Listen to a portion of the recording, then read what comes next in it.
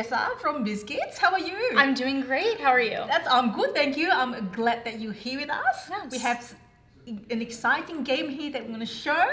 Hako Onna, am I saying it right? Yes, Hako Onna. It's Japanese. Whoa. Is this released already or is it going to be released? So what this was is it was actually a game that was released in Japan, and it was very, very, very popular in Japan. And there was never really a good high quality English localization of it. There was never really released in the United States. There was really only one rulebook that had a translation to English, and a lot of it was kind of difficult to understand. And so recently we got the rights to actually release it in the United States and localize it and bring it here. Because, you know, it's a genre that a lot of people really love. Japanese horror has always been very popular. And so we're really excited to be able to bring something like this, which is very different, into the United States, into the board game industry here. Amazing. I've actually seen some anime, Japanese horror style anime, so tell us about it. So in Hako Onna, which is an asymmetrical hidden movement game, there are, it plays 3 to 5 players, and the players are split. So the majority of the players are going to be survivors. Their goal is to escape the house. Actually, they're visitors, I should clarify. Their goal is to escape the house or destroy the Hako Onna. One player is the Hako Onna. She is a ghost haunting the house, and she is trying to kill all the visitors before they escape. So it's very much in theme in that regard. So at the beginning of the game, all of the survivors are going to be in the entrance of the house. And they can explore the house on their turn, move into one room. The Hako Onna at the beginning of the game takes her tile with her face on it, and she flips it face down. All of the visitors are going to close their eyes, and she places her tile anywhere in the house that she wants. In addition to that, there are a couple things that also get set up at the beginning of the game. There is a safe here. The safe is in the safe room, which I don't have on the table right now, just for space's sake. She picks 3 numbers to be the combination to the safe, and she places them on top of the safe. So in this case, it's 1, 3, upside down, 4. The rest of the number options are placed around the board. So by process of elimination, the players have to determine what the combination is to the safe. And they can guess it once the player collects the tile with the keys on it, which is, I don't know which one it's. I'm too good at hiding tiles. Very good. Once a player collects the keys, they can go to the safe room and attempt the combination to the safe. They don't have to guess the numbers in order. They just have to get all 3 numbers correct. So the keys are in the safe. Once a player goes to the safe room at any time, they can guess the safe code. And then they get the keys. From there, the players have to locate a secret exit. A secret exit is also placed in the house at the beginning of the game. And if the player with the keys locates the secret exit, they escape and the visitors win. There are multiple ways for the visitors to win, and I'll describe that a little bit further. But the way the safe is unlocked is just by process of elimination. You know, they take the numbers that they've found and say, okay, well, these aren't the numbers that are the combination to the safe. That'll be the other ones, So it's just using that. The Hako Onna, on her turn, has multiple options. She can move through the house by, so she takes whatever tile she switched. I don't even remember what tile it is. It's this one. It's this one? Yes, you were correct. She takes whatever tile she had switched out.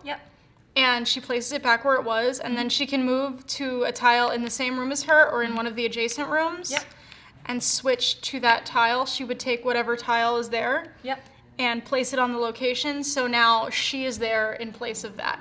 So for example, if a tile that hid one of the numbers, she switched it with that number would no longer be accessible to the visitors. If they looked, they would see the Hako Onna. If one of the visitors on their turn looks at the Hako Onna, they immediately die. But what's really nice about this is there's no player elimination. Instead of eliminating players, what happens is they turn into these, which are Hakobito. They join the Hako Onna's team. So at first they'll be placed on top of her, and then they can move independently on the Hako Onna's turn. When visitors traverse the house, they can move into any of the rooms and they can look at any of the tiles. So they would look at the tile, they would see what's on it. In this case, it's another Hakobito, which I don't know how that got there. So let's try again. So in this case, it's the secret exit tile. Yeah. So if that player had the keys, the visitors would win the game. Yeah. Just to put that back. So that's how they can discover the Hako Onna. Yeah. Another thing is that the Hako Onna can actually use her turn to wail. She has a deck of cards that give her different abilities. Yeah. So like this one is the Impossible Upside Down, which is an advanced card in the game, and she can draw a card into her hand and then use it when she's prepared to, as long as she sets it. Yeah. And then she can use it, but she can't draw a card unless she does what's called wailing. If she does that, she reveals what room she's in, not necessarily what tile she's under, what room she's in, and that allows her to draw a card. Yeah. So that gives the visitors the advantage of being able to know where she is approximately. Yeah. But she doesn't have to worry about being found when she gets a card. Yeah. So the way the turn works is players don't get to automatically move on their turn. Yep. Each turn, a player will have to place a disc on top of this board. Yep. This is called the noise board. So they're going to be stacking discs throughout the game. Each player on their turn takes one of the discs and places it on top of that. Oh. Every turn, a player will place one of these. Oh. I am not very good at it. I am not good at dexterity games. But this has a really cool element of dexterity because of that. It is. So these are called blips, and then the third disc that's always placed on the tower is going to be the blip with the pearl. Okay. There's a small one and a large one, so it makes it more or less difficult, just depending on what the players want. And if you're terrible at dexterity like me, you can actually use, we've included noise cards, which are cards that allow players to kind of randomize what card it is. So instead of having to stack tiles, you just randomly deal a card, and if it's 0, they make noise. Okay. So the players stack up the tower, and if a player at the beginning of their turn knocks the tower down, the Hako Onna immediately takes a turn. Oh, yeah. So that allows her to take a turn, and then that player has to start the stack again. So if they stack it falls down, and then they start the new stack, and somehow it falls down. Can I try it? Yeah, absolutely. Oh my God. I was like, Hold on, God. let me bring it over here. Bring it over here. Yep. Yeah. So you just put it like so. Yes. So which direction? Any direction. It just has to be touching the blip. I feel like this more in the more center is better, or might not be. Yes, so I'm usually better. what the trick is Oh you my actually God. put it that way, so that way this it's way? kind of, it balances it out. Like that one? Yeah, exactly. Yes. And then I'm gonna fail terribly at this, but I would put it, See, I have no skill at dexterity games. Yeah, it's it very hard. allowed or No, not? because it's touching the board. It The has board. to not Okay, be yeah. touching the board except for the bottom one, because the bottom one's not going to balance on the board. Oh my God, that's So hard. that calls the players making noise. Okay. I've seen a lot of people in our office are really good at it. Yep. I'm not, but that's I'm okay. Not either. No one's perfect. Oh, you can do the card option. Yes, or you can do the card option. Yeah. It's really up to you as a player. How fun. And so there's a couple other ways the players can win. At the beginning of the game, Hako Onna is going to choose her weakness. That's going to be on one of the tiles. Yeah. And that is her weakness in the game. If a player finds that item in the house, they can attack her with it when they find her. If it is the correct item, they defeat her and they win. Okay. In order to describe what is not her weakness, the other items are going to be replaced with these. So like, where's the matching chains? So if this is her weakness, there will be one of these on here and one of these in the house. If this is not her weakness, you take this completely out and you put the ones with the X's on it. And that's kind of, again, how to do the process of elimination to figure out what the item is, but it also fills the house to make it harder for the players to discover what it is. The third way for the visitors to win, there's a lot more ways for the visitors to win than to lose, but it's actually balanced a little bit more in favor of the Hako Onna, despite the fact that it seems like it's balanced in favor of the visitors. Somewhere in the house at the beginning of the game, the Hako Onna will place her doll. Another part of the house, the Hako Onna will place her grave, and I have the memory of a goldfish. I don't remember where I placed it, but she'll place a tile that represents her grave. If a player collects the doll and then goes to her grave and has the doll and checks her grave, the visitors win because they've reunited the Hako Onna's doll with her grave. And that soothes her spirit, basically. It's like the happy ending version. Happy ending one, And so again, but the Hako Onna can make that difficult for the players. She can sit on the tile where the doll is, so players never find it. She can, you know, do the same thing with the grave. She can make it very difficult for the players to find the doll. Players will also get a card at the beginning of the game with a power. They can use it at any time. A lot of the powers have indications of when you can use it. For example, there is one that allows them to stop her from attacking them. There's one that prevents her turn. Just different abilities that allow the players to kind of fight back against her. For more replayability as well, I guess, because I would imagine you would use all the cards in one game. Absolutely not. You would go through them. Also to be found in the house are the diary entries. And players will find these numbered tiles throughout the board.